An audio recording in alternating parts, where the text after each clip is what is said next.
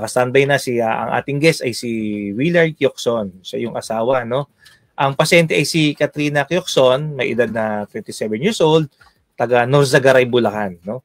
At ang diagnosis naman ni Katrina ay stage 4 colon cancer, partner, no? At ang kanyang ospital ay sa East Avenue Medical Center. Ang kanyang inihiling ay pang-therapy sana ni Katrina na nagahalagang 450,000 to. Until matapos ng taon. So, dating freelance photographer at OFW yung kanyang asawa niya, si Willard. Habang si Katrina ay isang housewife. Okay. So, nasa linya natin si Willard, no? Okay. Willard? Hello po sa Sir Alvin, Sir Paulo. Kamusta po kayo? Hello po. Okay lang po. Kamusta po? Okay naman. Kamusta po ang kalagayan ng inyong may bahay po? Kamusta po si Ma'am Katrina? Ito po, kanina po, katatapos lang po ng laboratory niya. Medyo okay naman po. Still po na nagpapagaling po. Papagaling na. Opo. At matanong ko lang, sir, no? Tawag dito, may anak po ba kayo? May ilan po ang anak po nila? 2 po, sir, babae po. Dalawa. Ilang taon na po yung kanyang mga anak?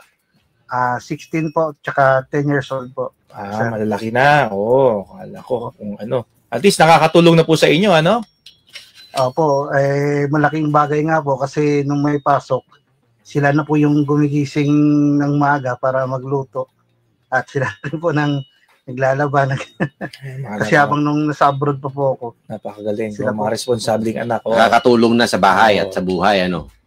Sige nga po, Sir Willard, pwede po nating pakwento yung inyong nilalapit kay Mami. Bali, sir, ako kung OFW, nung na-diagnose po si Mrs. nung 2023 po, stage 3 pa po yung colon cancer po niya. So, nasa New Zealand po ako noon, mga 6 months pa lang po. So, hindi rin po ako makauwi agad dahil bago lang po ako doon sa pinapasukan ko. So, yun po, yung tumutulong po sa is yung kapatid po niya, yung bunso nilang kapatid na si Liberty, tsaka yung biyanan ko po. Sila po yung asikaso nung nasa hospital. At yung mga lakarin po na nilalapit sa mga government agency po, government official. Tapos po, bali ang una nun, sir, kasi hindi namin in-expect na siya po ay magkaroon ng colon cancer.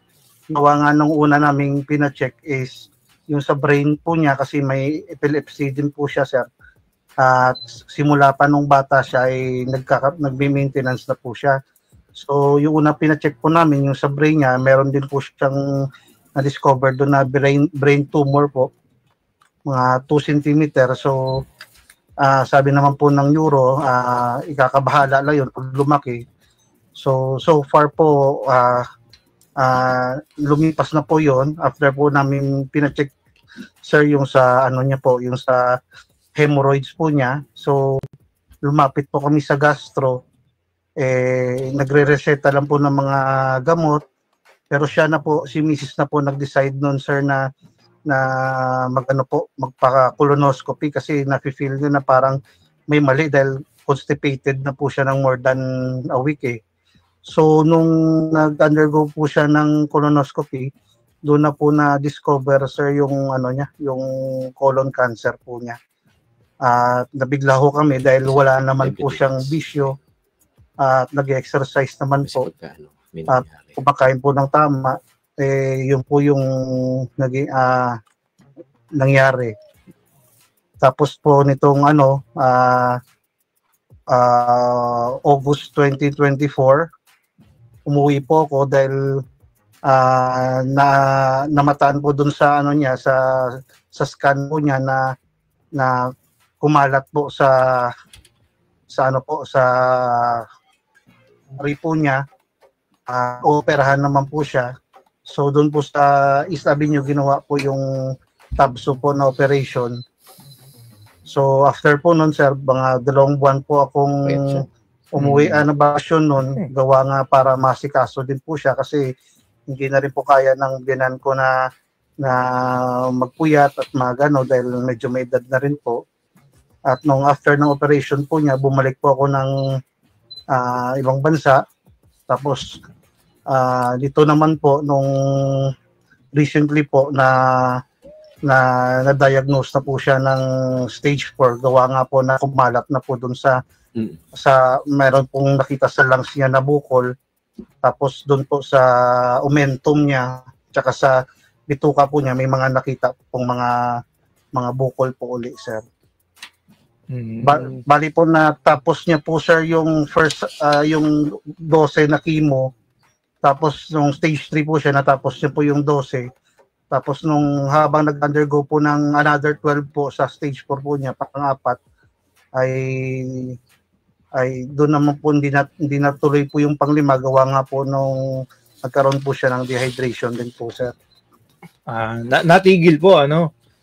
Opo. Pero limang session po dapat yan, 5 cycle. Another 12 po, sir. Another 12. So, 12 Opo. po talaga lahat dapat. Opo. Ngayon po nakakailan na po? 4.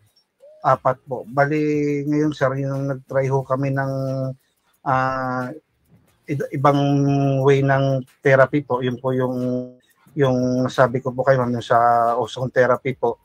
At yun po yung ginagawa ngayon upang mapalakas po ulit yung katawan niya para makaproceed ulit po kami sa chemo ulit. Chemo. Opo, kasi hindi po siya pwedeng chemo na mahina po yung katawan niya. Tama. Kasi nakakahina rin ng chemo di ba? So, kailangan. Bagsak ang katawan mo dyan sa chemo. Opo. So ngayon, natigil partner, ano? Natigil ang chemotherapy dahil kailangan magpalakas. Palakas. Opo.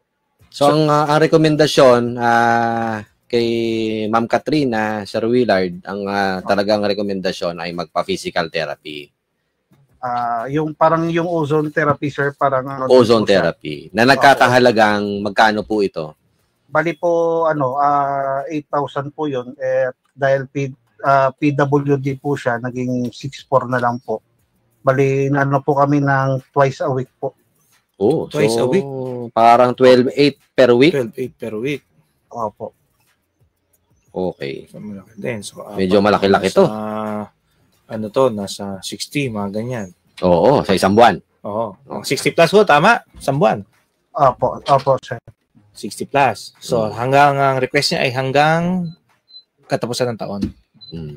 So, from April to December, yan ang hiling ni Sir Willard para kay Ma'am Katrina, no? Na continuous ang kanyang ozone therapy. Ozone therapy. So, Sir Willard, matanong ko lang ho kayo, saan nyo na-discover itong ating programang serbisyo publiko sa Abante Radio? May nag-refer po yung kaibigan ko po at siya po nag-introduce po sa akin yung programa niyo po na nakakatulong po sa mga taong nangangailangan po, sir. Okay. Opo. So, si Sir Willard, ito na nga, lumapit na sa atin, yun ang kanyang hinihiling, yung pagpapa-ozone therapy hanggang katapusan ng taon, na kung tutuusin, nabanggit ni Sir Willard yung halaga, na abutin ito ng 12,800 per week, na kung kakalculate mo, no, hanggang December ay 400 plus thousand ang gagastusin ni Sir Willard at saka ni Ma'am Katrina upang makumpleto niya yung recommended ozone therapy sessions. Tama, Sir Willard, no? Opo, sir. Mga 480,000 estimates. Ngayon, Sir Willard, matanong ko kayo, saan po tayo kumukuha ng panggastos?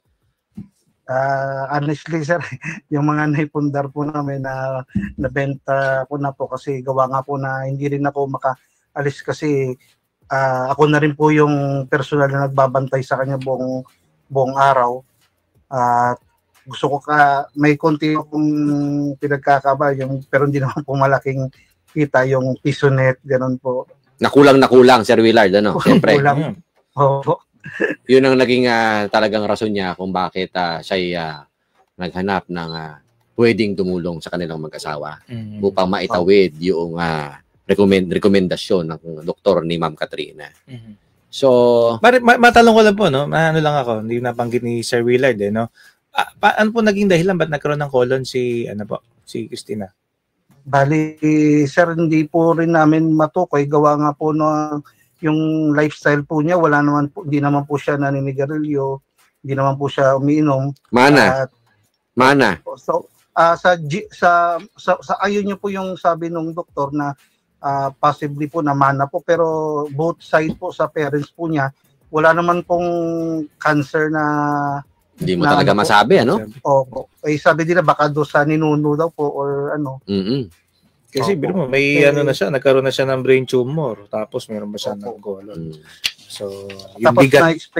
Madagdag ko lang, sir, na-explain po nung oncologist sa amin na itong cancer ni Mrs. ay signet ring po at ito po ay isang uri ng cancer po na rare po at medyo napakahirap gamutin po. Okay. Sige, huwag po kayo mawawala ng pag-asa, ano? Ay, opo. Opo, sa laban lang, gaya po na ito, hindi po kayo nagkamali ng nilapitan. Andito po si Alvin, may babalita po sa inyo. Oo. Sir Willard, nakita namin yung request niyo ni Ma'am Katrina, ninyong mag-asawa, na kayo lumalapit sa amin sa serbisyo publiko sa Abante Radio upang manghingi ng tulong regarding dan sa pagpapa-ozone therapy hanggang December. So, huwag na ho kayo mamroblema, Sir Willard, at gagawan ho natin ng paraan, sasagutin na ng serbisyo publiko sa Abante Radio Salamat po. yung kanyang po, ozone sir. therapy para lumakas si Mami Katrina, no?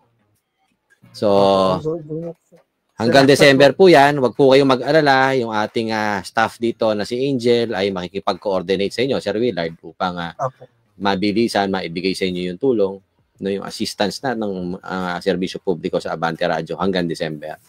No? Salamat po, sir. Opo, may mensahe po kayo, Sir Willard. Nakakapagsalita ho ba si Ma'am Katrina? Kahit papano? Medyo po, mahina po kasi gawa po nung tube sa Oo nga, po. pero naririnig ni Ma'am Katrina yung ating usapan, Sir Willard? Opo, sir. Masaya po siya. Basta dasal lang parate, laban lang tayo, ha? Opo, sir.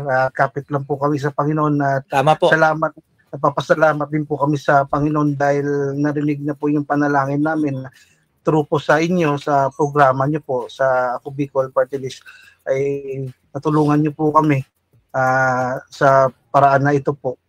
At naway po, i-bless po kayo ng Panginoon. Salamat po. Kayo rin po. Hangad po namin na makita po na lumakas at gumaling to si Ma'am Katrina, sa susubaybayan ho namin yung story rin niyo, Sir Willard, saka Ma'am Katrina. Opo. Okay, pagaling po, Ma'am Katrina, ha? Laban lang, ha? Palakas po kayo, ha? Opo daw. Dasal lang po parate. Lagi po magdadasal. Okay. Okay, salamat God po. Bless, God bless, Sir Willard. God bless po, sir. Salamat po. Tabayanan niyo po yung staff po namin. Opo. Okay. Salamat. Okay po. Ayan.